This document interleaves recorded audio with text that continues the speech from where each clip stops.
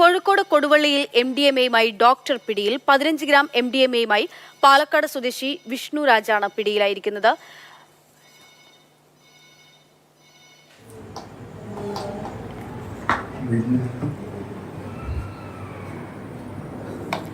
Rahul KV വിവരങ്ങൾ നൽകും.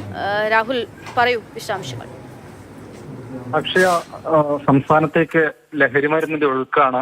ഉപയോഗിക്കുന്നവരുടെ എണ്ണം, എത്തിക്കുന്നവരുടെ എണ്ണം ദിനംപ്രതി എണ്ണവണ്ണം വർദ്ധിക്കുന്നു. ഇതിപ്പോൾ ഒരു ഡോക്ടറാണ്, യുവ ഡോക്ടർ, ദന്ത ഡോക്ടറാണ് മാരക മയക്കുമരുന്നായ MDMA-യുമായി അറസ്റ്റിലായിട്ടുള്ളത്. കൊടുവള്ളിയിൽ ആണ് ഇയാളുടെ ക്ലിനിക്ക്. പാലക്കാട് സ്വദേശിയാണ്. 29 വയസ്സുകാരനായ വിഷ്ണുരാജിനെയാണ് പോലീസ് 7 മണിയോടുകൂടി പിടികൂടിയത്. ഇയാൾ താമസിക്കുന്ന ഓമശ്ശേരിയിലുള്ള ഫ്ളാറ്റിൽ നിന്നാണ് പിടികൂടിയത്.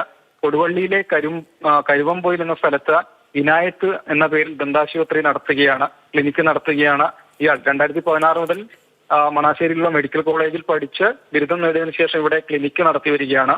എടുത്തു പറയേണ്ട ഒരു കാര്യം, വിദ്യാർത്ഥികൾക്കടക്കം ഈ MDMA എത്തിച്ചു നൽകുന്ന ശൃംഖലയിലെ പ്രധാനിയാണ് ഈ ഡോക്ടർ എന്നാണ് പോലീസ് നൽകുന്ന വിവരം.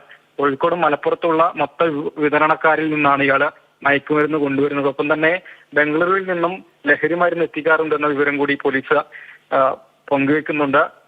മുക്കത്തുള്ള കൊടുവള്ളി മേഖലയിലുള്ള വിദ്യാഭ്യാസ സ്ഥാപനങ്ങളിലുള്ള വിദ്യാർത്ഥികൾക്ക് സുഖമായി ലഹരി എത്തിച്ചു കൊടുക്കുന്ന ആളാണ് എന്ന് കൂടിയാണ് പറയുന്നത്. 2 മാസമായി സ്പെഷ്യൽ സ്ക്വാഡിന്റെ നിരീക്ഷണത്തിലായിരുന്നു എന്ന് ഉദ്യോഗസ്ഥർ പറയുന്നുണ്ട്. അതുപോലെ MDMA മാത്രമല്ല, മറ്റു ലഹരി മരുന്നുകളും ഉപയോഗിക്കുന്ന ആളെയാണ് ഈ ഡോക്ടർ എന്നാണ് ഏതായാലും പോലീസ് വ്യക്തമാക്കുന്നത്.